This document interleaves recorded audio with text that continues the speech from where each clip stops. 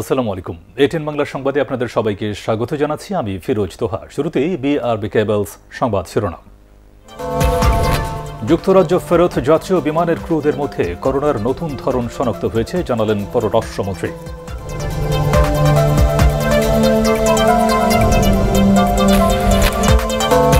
ঈদের আগে শিক্ষা প্রতিষ্ঠান খোলার পক্ষে নন শিক্ষক, অভিভাবক ও বিশেষজ্ঞরা।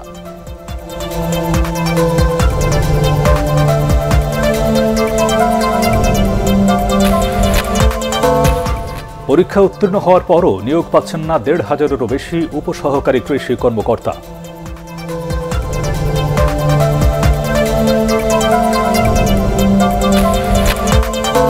এবং তাকে হত্যার চেষ্টা চলছে বললেন কাদের মির্জা। প্রশাসনের বিরুদ্ধে নেতাকর্মীদের হয়রানির অভিযোগ।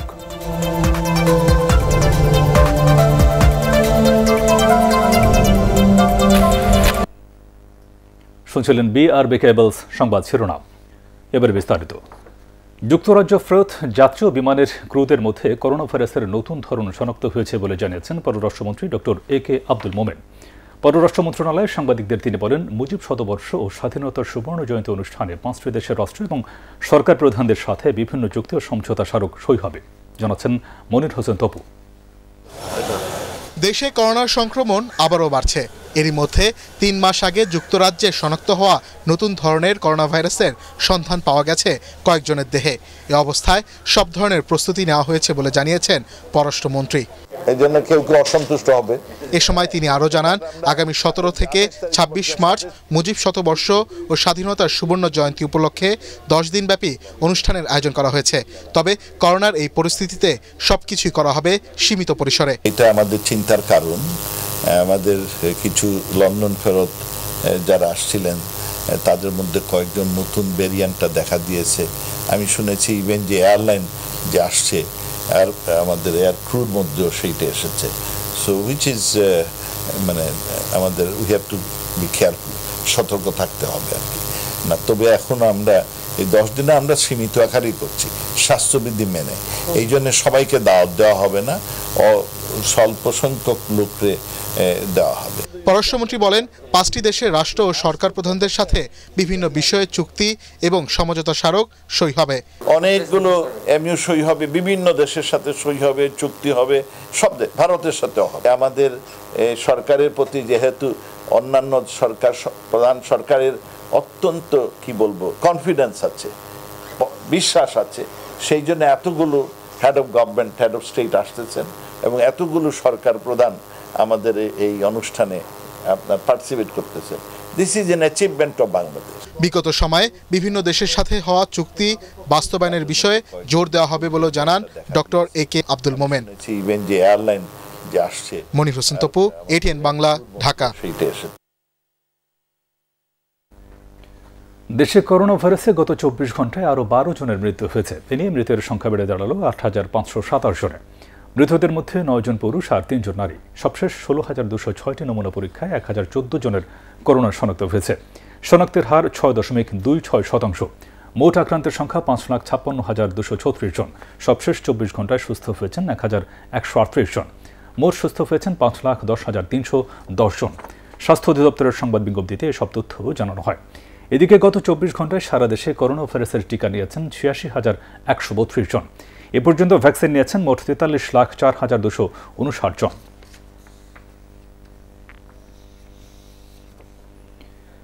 ঈদের আগে শিক্ষা প্রতিষ্ঠান খোলার পক্ষে নন শিক্ষক, অভিভাবক এবং বিশেষজ্ঞরা। করোনার নতুন ধরন এবং সংক্রমণের হার আবারও বাড়তে থাকায় আরও কিছুদিন অপেক্ষা করার পরামর্শ তাদের। পাশাপাশি অনলাইনে ক্লাস ও পরীক্ষা চালিয়ে যাওয়ার তাগিদ দেন তারা, জানাচ্ছেন শফিকুল ইসলাম শামীম।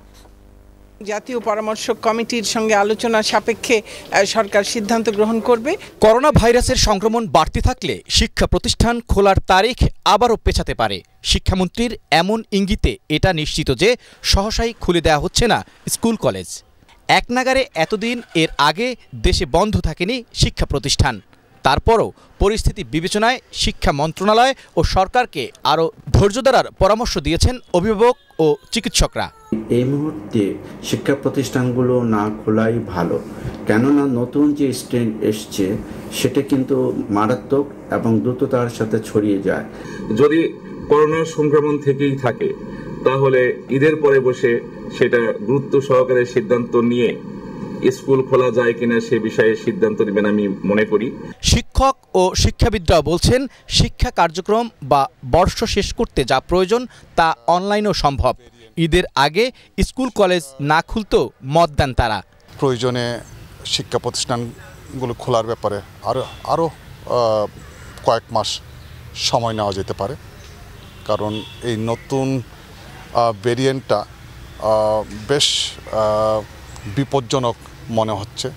সরকার সবকিছু বিবেচনায় নিয়ে নিশ্চয়ই শিক্ষার্থীদের জন্য সবচেয়ে ভালো কি হবে, তাদের জীবন এবং তাদের লেখাপড়ার ক্ষতি কিভাবে পুষিয়ে নেওয়া যাবে সেটা চিন্তা করে নিশ্চয়ই শিক্ষা প্রতিষ্ঠান খোলার ব্যাপারে সিদ্ধান্ত নেবেন। ঈদের পরে এই ব্যাপারে শিক্ষা প্রতিষ্ঠান খুলে যদি এই অবস্থান থেকে আরো ভালোভাবে একটা উত্তরণ করা যায় সেটা বলে আমি বিশ্বাস করি সেখান থেকে একটা ভালো কিছু আসবে।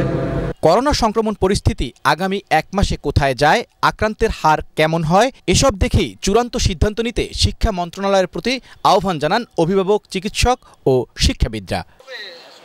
শফিকুল ইসলাম শামীম, এটিএন বাংলা, ঢাকা। মাদ্রাসায় শিক্ষার্থীদের শারীরিক নির্যাতন না করার আহ্বান জানিয়েছেন শিক্ষামন্ত্রী ডক্টর দীপু মনি। জাতীয় প্রেসক্লাবে বাংলাদেশ মাদ্রাসা জেনারেল টিচার্স অ্যাসোসিয়েশনের আলোচনা সভায় অনলাইনে যুক্ত হয়ে তিনি এই আহ্বান জানান। এ সময় সবাইকে স্বাস্থ্যবিধি মানা ও মাস্ক পরার তাগিদ দেন তিনি। মাদ্রাসার শিক্ষক কর্মচারীদের বিভিন্ন দাবি পূরণে সরকার আন্তরিক বলেও জানান শিক্ষামন্ত্রী।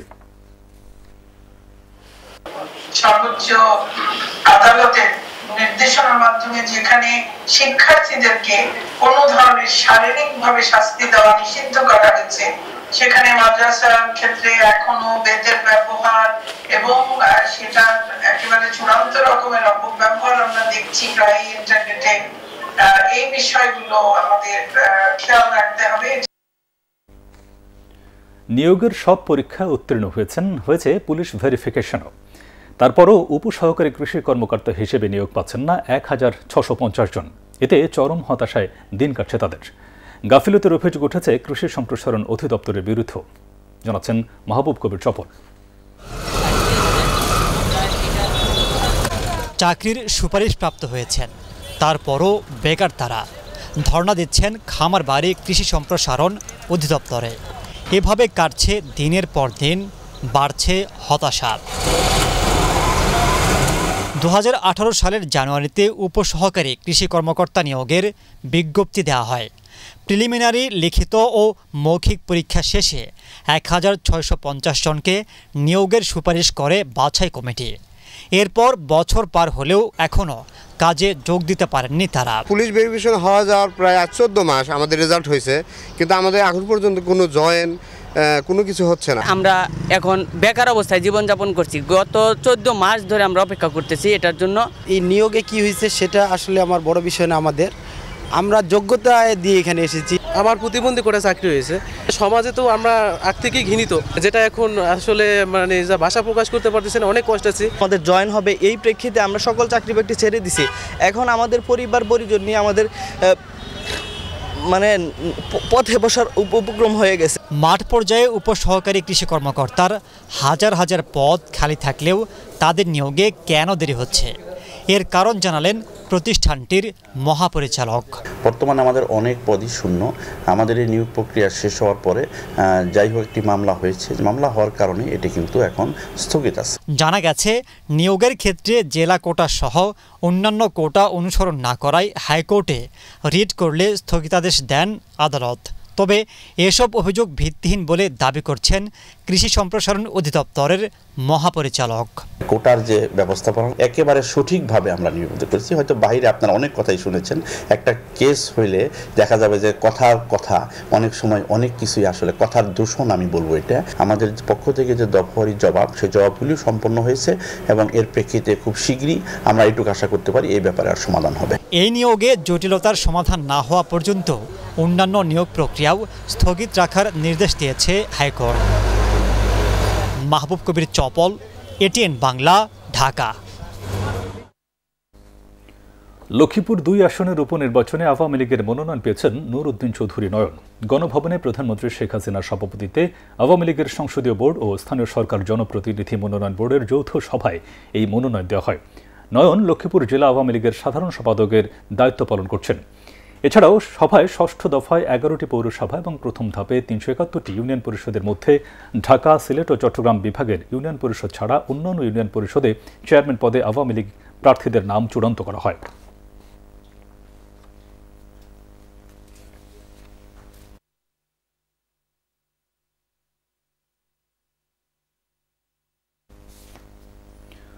নোয়াখালীর বসুরহাট পৌরসভার মেয়র আব্দুল কাদের মির্জা অভিযোগ করেছেন তাকে হত্যার চেষ্টা চলছে। প্রশাসন প্রতিনিয়ত তার নেতাকর্মীদের হয়রানি করছে। বসুরহাট পৌরসভায় সংবাদ সম্মেলনে তিনি আরও বলেন, গত কয়েকদিনে তার 7 থেকে 8 জন নেতাকর্মীকে গ্রেফতার করা হয়েছে। একই সাথে অনেকের বাড়িতে অভিযান চালাচ্ছে গোয়েন্দা পুলিশ, ডিবি। এছাড়া সাংবাদিক বুরহান উদ্দিন মুজাক্কির ও সিএনজি অটো রিকশা চালক আলাউদ্দিন হত্যার ঘটনা গোয়েন্দা সংস্থাকে দিয়ে তদন্ত করতে প্রধানমন্ত্রী শেখ হাসিনার কাছে অনুরোধ করেছেন কাদের মির্জা। আমার প্রত্যেকটা কর্মীর বাড়িতে ডিবি এবং অন্যান্য বাহিনীর লোকজন দাওয়া করছে।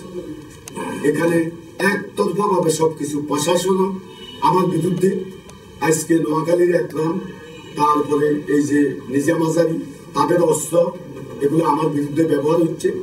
তারপরে তারা এখনো আমাকে হত্যা করার জন্য গতকালকেও একটা বাড়িতে মিটিং করছে। তথ্য প্রযুক্তি ও বিজ্ঞান চর্চায় বাংলাদেশ এগিয়ে যাচ্ছে বলে মন্তব্য করেছেন তথ্যমন্ত্রী ডক্টর হাসান মাহমুদ। তিনি বলেন, ডিজিটাল বাংলাদেশের সুফল পাচ্ছেন সর্বস্তরের মানুষ। দেশের বিজ্ঞানীরা ফসল উৎপাদনে নানা উৎকর্ষ সাধন করেছেন জানিয়ে তিনি বলেন, বন্যা, খরা, লবণাক্ত পানি ও অল্প জমিতে অধিক ফসল উৎপাদনের নানা জাত উদ্ভাবনের মাধ্যমে দেশকে এগিয়ে নিচ্ছেন তারা। মুজিব জন্ম শতবর্ষ উপলক্ষে রাজধানীর ধানমন্ডিতে বাংলাদেশ বিজ্ঞান ও শিল্প গবেষণা পরিষদ আয়োজিত বিশ্বে বিজ্ঞান ও প্রযুক্তি অগ্রগতি বিষয়ক আন্তর্জাতিক সম্মেলনে তথ্যমন্ত্রী এসব কথা বলেন। Our scientists are contributing a lot in transforming different countries from the poverty to a developed country, and in the development process of different countries in the Middle East, in Europe, in America, our scientists, our sons and daughters are contributing a lot. নিজেদের অপকর্ম আর দুঃশাসনকে আড়াল করতেই আওয়ামী লীগ নতুন প্রজন্মের কাছে স্বাধীনতা ও মুক্তিযুদ্ধের ইতিহাস বিকৃতভাবে তুলে ধরছে বলে অভিযোগ করেছেন বিএনপি মহাসচিব মির্জা ফখরুল ইসলাম আলমগীর। স্বাধীনতার সুবর্ণ জয়ন্তী উপলক্ষে জয়তী প্রেস ক্লাবে চিকিৎসা, ওষুধ বিতরণ এবং রক্তদান কর্মসূচির উদ্বোধনী অনুষ্ঠানে তিনি এই অভিযোগ করেন। এ সময় বিএনপি নেতারা দাবি করেন, কৃতিত্ব নিতে মুক্তিযুদ্ধের ইতিহাস থেকে দলটির প্রতিষ্ঠাতা জিয়াউর রহমানের নাম মুছে ফেলতে চায় ক্ষমতাসীন দল। মুক্তিযুদ্ধে, স্বাধীনতা সংগ্রামে যাদের অবদান, সেগুলোকে একেবারেই খাটো করে অথবা একেবারেই না বলে মাত্র একটি ইতিহাস তারা বলতে চেয়েছে, হচ্ছে যে এই পুরো স্বাধীনতার জন্য একজন ব্যক্তি, একটি পরিবার, একটি গোষ্ঠী এবং একটি রাজনৈতিক দলই একমাত্র কৃতিত্বের দাবিদার। এটা সত্য নয়। প্রযুক্তির ব্যবহারে করোনা মহামারীর মধ্যেও স্বাভাবিক জীবনযাত্রায় ফিরেছে দুবাই। মধ্যপ্রাচ্যের জৌলুসময় এই নগরীতে আবার দলে দলে পা ফেলছেন বিদেশিরা। আবারও ব্যস্ত হচ্ছে বিমানবন্দর, হোটেল, শপিং মল আর দর্শনীয় স্থান। পর্যটকদের স্বাস্থ্য সুরক্ষায় সংযুক্ত আরব আমিরাতের নেয়া ব্যবস্থা তাই এখন অনুসরণ করছে অনেক দেশ। দুবাই ঘুরে এসে রিপোর্ট করছেন কেরামতুল্লাহ বিপ্লব। উড়োজাহাজের ভেতর এখন অন্য দুনিয়া। আগে যা কেউ ভাবেনি এখন তাই হচ্ছে। করোনা সংক্রমণ এড়াতে যাত্রী ওঠা ও নামার আগে 4 দফা পরিচ্ছন্ন করা হচ্ছে এয়ারক্রাফটের ভেতর এবং বাহিরে। দুবাই বিমানবন্দরে চেহারাই যেন যাত্রীদের পাসপোর্ট। দেখানোর দরকার নেই পাসপোর্ট। প্রযুক্তির ব্যবহারে স্পর্শবিহীন ক্যামেরায় তাকিয়ে সেকেন্ডেই ইমিগ্রেশন পার হচ্ছেন যাত্রীরা। এমন নানা ব্যবস্থা ও আয়োজনে মহামারীর মধ্যেও প্রায় স্বাভাবিক দুবাই। কোয়ারেন্টাইন, লকডাউন কিংবা বিধিনিষেধে নিজের দেশে যেতে না পেরে অনেকেই মিটিং ইন দ্য মিডল করছেন দুবাইকে।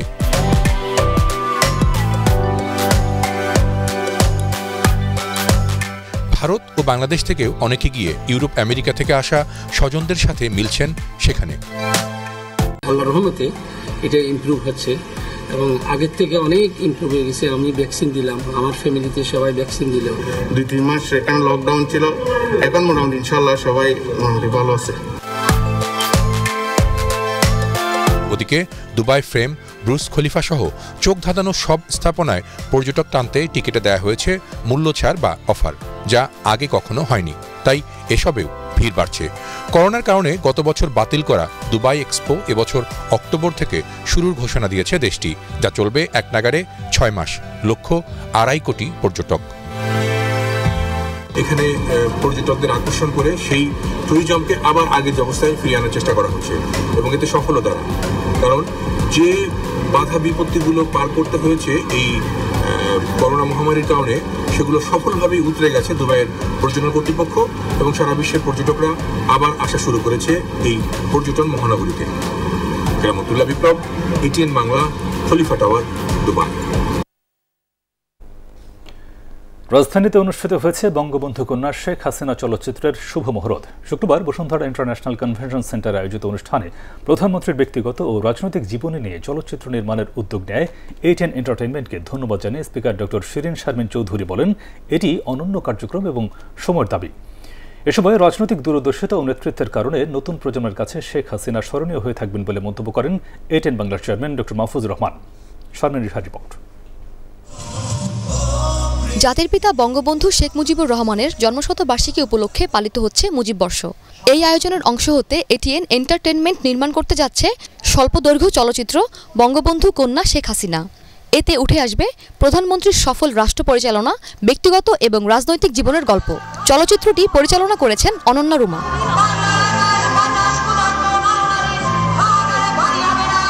শুভ মহরত অনুষ্ঠানে ATN বাংলা ও ATN এন্টারটেইনমেন্টের চেয়ারম্যান ডক্টর মাহফুজুর রহমান বলেন, বঙ্গবন্ধুর মতো তার কন্যাও যেন কাজের মধ্য দিয়ে জাতির কাছে স্মরণীয় হয়ে থাকেন, সেজন্যই এই চলচ্চিত্র নির্মাণের উদ্যোগ। যে হারে উন্নয়ন হচ্ছে, ম্যাসিভ উন্নয়ন, এটি না দেখলে, সচক্ষে না দেখলে বিশ্বাস করা মুশকিল। যমুনার ব্রিজের পর থেকে পঞ্চগড় পর্যন্ত 6 লেনের রাস্তা তৈরি হচ্ছে। ইনশাআল্লাহ পদ্মা ব্রিজ প্রায় শেষের পথে, আর কিছুদিনের মধ্যে হয়তো পদ্মা ব্রিজ উদ্বোধন হবে। শুধু তাই না, আমাদের প্রধানমন্ত্রী শেখ হাসিনার আরও যে উদ্যোগগুলি নিয়েছেন, Dhaka Chittagong express train, elevated expressway, যে উদ্যোগগুলি নিয়েছেন, আমার মনে হয় আগামী 5 বছরের মধ্যে বাংলাদেশের চেহারা যাবে না। আমাদের বাংলাদেশ দেখলে সেই মালয়েশিয়া, থাইল্যান্ডের মতোই মনে হবে। এর একটি কারণ এটি হলো তার বলিষ্ঠ নেতৃত্ব। এই বলিষ্ঠ নেতৃত্ব যদি না থাকতো, এই উন্নয়ন কোনোদিনই সম্ভব হতো না। এ সময় জাতির পিতার অবদান এবং শেখ হাসিনার উন্নয়নের চিত্র তুলে ধরেন সাবেক রেলমন্ত্রী মুজিবুল হক ও বাংলাদেশ কালচারাল অ্যাসোসিয়েশনের সভাপতি অভি চৌধুরী। আজকে বঙ্গবন্ধু বাংলাদেশ সৃষ্টি করে দিয়েছেন, স্বাধীনতা এনে দিয়েছেন, আর জাতির জনক বঙ্গবন্ধুর কন্যা অত্যন্ত সম্মানের সহিত সারা পৃথিবীতে বাঙালি জাতিকে, বাংলাদেশকে আজকে অনেক সম্মানে তিনি আজকে নিয়ে গিয়েছেন। অনুষ্ঠানে ভার্চুয়ালি যোগ দেন speaker doctor Shirin Sharmin Chowdhury.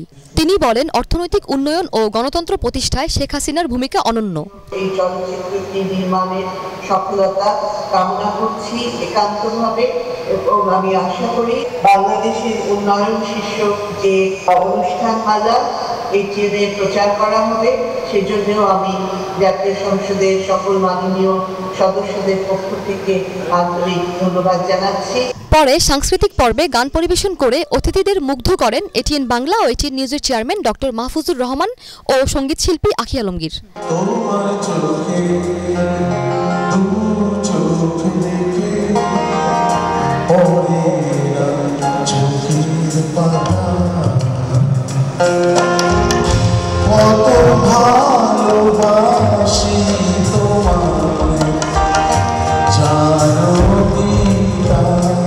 Sharmin Riha, ATN Bangla, Dhaka. বঙ্গবন্ধুর স্বপ্নের বাংলাদেশ শীর্ষক বই প্রধানমন্ত্রী শেখ হাসিনার হাতে তুলে দিয়েছেন বইয়ের লেখক ও আওয়ামী লীগ প্রেসিডিয়াম সদস্য শেখ ফজলুল করিম সেলিম। বঙ্গবন্ধু শেখ মুজিবুর রহমান ও বাংলাদেশের সঠিক ইতিহাস সমৃদ্ধ তথ্যভিত্তিক বইটি থেকে নতুন প্রজন্ম বাংলাদেশ বিনির্মাণে জাতির জনকের স্বপ্ন ও দূরদর্শিতা সম্পর্কে জানতে পারবেন। গণভবনে প্রধানমন্ত্রী শেখ হাসিনার সভাপতিত্বে আওয়ামী লীগের সংসদীয় ও স্থানীয় সরকার জনপ্রতিনিধি মনোনয়ন বোর্ডের যৌথ সভা শুরুর আগেই লেখক বইটি তুলে দেন।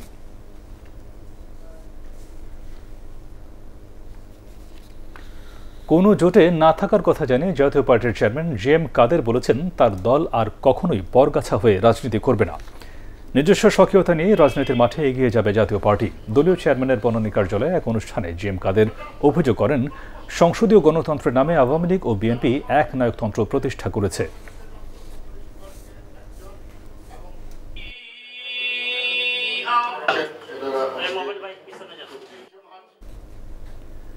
দেশি বিদেশি বিনিয়োগ বাড়ায় আগামী 2 বছরে পুঁজিবাজার আরও বেশি গতিশীল হবে বলে মন্তব্য করেছেন সিকিউরিটিজ অ্যান্ড এক্সচেঞ্জ কমিশনের চেয়ারম্যান অধ্যাপক শিবলুর বায়াতুল ইসলাম। তিনি বলেন, শেয়ার বাজার সংস্কার করায় মানুষের আস্থা বাড়ছে। রাজধানীতে ইআরএফ এর dialogue on business and economy অনুষ্ঠানে বিএসইসি চেয়ারম্যান এসব কথা বলেন।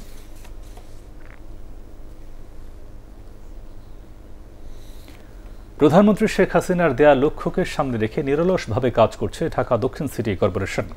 গোপালগঞ্জের টুঙ্গিপাড়ায় বঙ্গবন্ধু শেখ মুজিবুর রহমানের সমাধিতে শ্রদ্ধা নিবেদন শেষে একথা জানান ঢাকা দক্ষিণের মেয়র ব্যারিস্টার শেখ ফজলেনুর তাপস। এ সময় বঙ্গবন্ধুর রুহের মাগফিরাত কামনায় দোয়া করা হয়। পরে নারায়ণগঞ্জ সিটি কর্পোরেশনের মেয়র ডাক্তার সেলিনা হায়াত আইভি বঙ্গবন্ধুর প্রতিকৃতিতে শ্রদ্ধা জানান।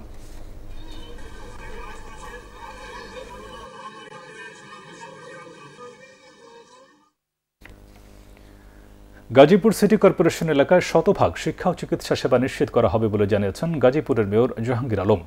সিটি কর্পোরেশনের 23 নম্বর ওয়ার্ডে 40 ফুট প্রশস্ত এবং 7 কিলোমিটার দৈর্ঘ্যের রাস্তার উদ্বোধন অনুষ্ঠানে তিনি একথা জানান। করোনা ভাইরাসে সারা বিশ্বের অর্থনৈতিক অবস্থা স্থবির হলেও গাজীপুর সিটি কর্পোরেশনে 30,000 কোটি টাকার উন্নয়নমূলক কাজ চলছে বলেও জানান জাহাঙ্গীর আলম।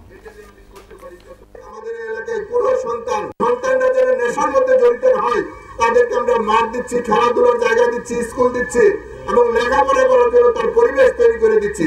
লেখাপড়ার পরে যেন সে চাকরি অথবা ব্যবসা করতে পারে সেই জন্য আমরা পরিস্থিতিগতভাবে প্রত্যেক জায়গায় অর্থনীতি জোর করে দিচ্ছি। আল রাফা ইসলামী ব্যাংক অর্থ সংবাদ।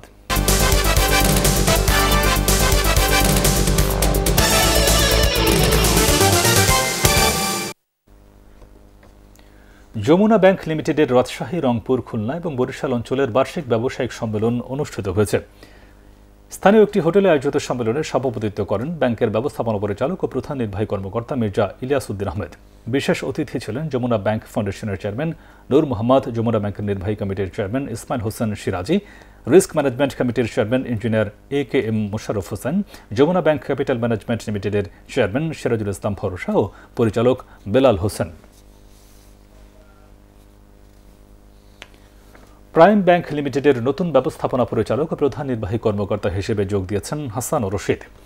এর আগে তিনি ইস্টার্ন ব্যাংক লিমিটেডের অতিরিক্ত ব্যবস্থাপনা পরিচালক হিসেবে কর্মরত ছিলেন। সে সময় ব্যালেন্স শিট প্রবৃদ্ধি অর্জন এবং ট্রান্সফরমেশনের অগ্রযাত্রাকে এগিয়ে নিয়ে তিনি ব্যাপক প্রশংসিত হন।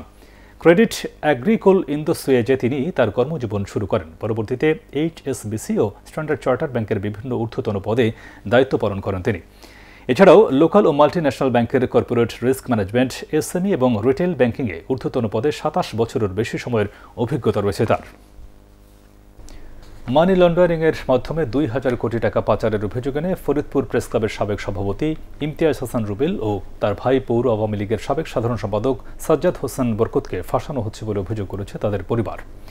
রাজধানীর সেগুনবাগিচায় ক্রাব কার্যালয়ে সংবাদ সম্মেলনে রুবেলের মেয়ে জাওয়াতা আফনান রাদিয়া বলেন, একটি মহল তার বাবা ও চাচার বিরুদ্ধে বিভিন্ন অভিযোগ এনে সামাজিকভাবে হেয় করার পাশাপাশি তারা যাতে ন্যায় বিচার না পান সেই চেষ্টা করছে।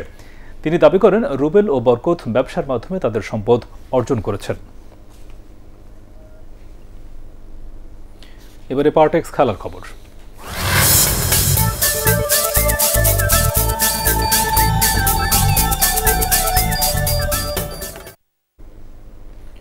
চোদ্দ দিনের কোয়ারেন্টাইন শেষে একত্রিত হওয়ার সুযোগ পেয়েছেন বাংলাদেশ ক্রিকেট দলের খেলোয়াড়রা। আজ ছুটির দিন থাকায় কুইন্সটাউন ঘুরে বেড়ান তারা। অনেকদিন আলাদা ছিলেন ক্রিকেটাররা, সবাই একসাথে হতে পেরে যেন আনন্দের বাঁধ ভেঙেছে। কুইন্সটাউনের বিখ্যাত সফট ওভার জেটে অ্যাডভেঞ্চারও করেন টাইগাররা। এ সময় পেসার তাসকিন আহমেদ জানান, ছুটির দিনে আনন্দ উদযাপন করে খুব ভালো লাগছে। রাজধানীর মোহাম্মদপুর সরকারি শারীরিক শিক্ষা কলেজ মাঠে শেষ হলো অটিস্টিক এবং বিশেষ চাহিদা সম্পন্ন শিশুদের জাতীয় ক্রীড়া প্রতিযোগিতা। এতে 8টি বিভাগীয় দলের 150 জন বালক ও বালিকা অংশ নেন। ফুটবল, ক্রিকেট, দৌড়, বিস্কুট দৌড়, সফটবল নিক্ষেপ ও ব্যাডমিন্টন সহ বিভিন্ন খেলা অনুষ্ঠিত হয়। যুব ক্রীড়া প্রতিমন্ত্রী জাহিদ হাসান রাসেল, যুব ও ক্রীড়া সচিব আখতার হোসেন পুরস্কার বিতরণী অনুষ্ঠানে উপস্থিত ছিলেন।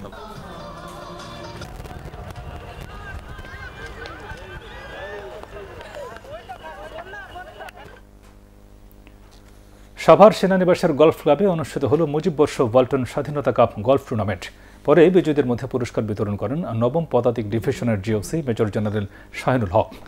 সেনাবাহিনীর Savar station commander brigadier general Moshiur Rahman, ওয়ালটনের ভাইস চেয়ারম্যান নুরুল আলম রেজভি, নির্বাহী পরিচালক FM ইকবাল বিন আনোয়ার এ সময় উপস্থিত ছিলেন। পরে ছিল সাংস্কৃতিক আয়োজন। টুর্নামেন্টের মিডিয়া পার্টনার ছিল ATN বাংলা।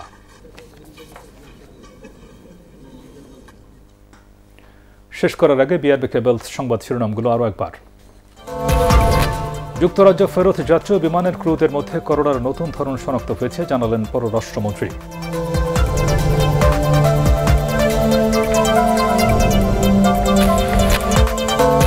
ঈদের আগে শিক্ষা প্রতিষ্ঠান খোলার পক্ষে নন শিক্ষক, অভিভাবক ও বিশেষজ্ঞরা।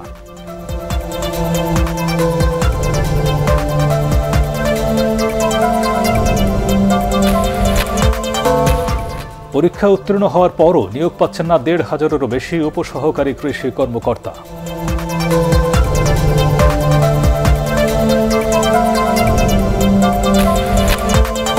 এবং তাকে হত্যার চেষ্টা চলছে বললেন কাদের মির্জা। প্রশাসনের বিরুদ্ধে নেতাকর্মীদের হয়রানির অভিযোগ।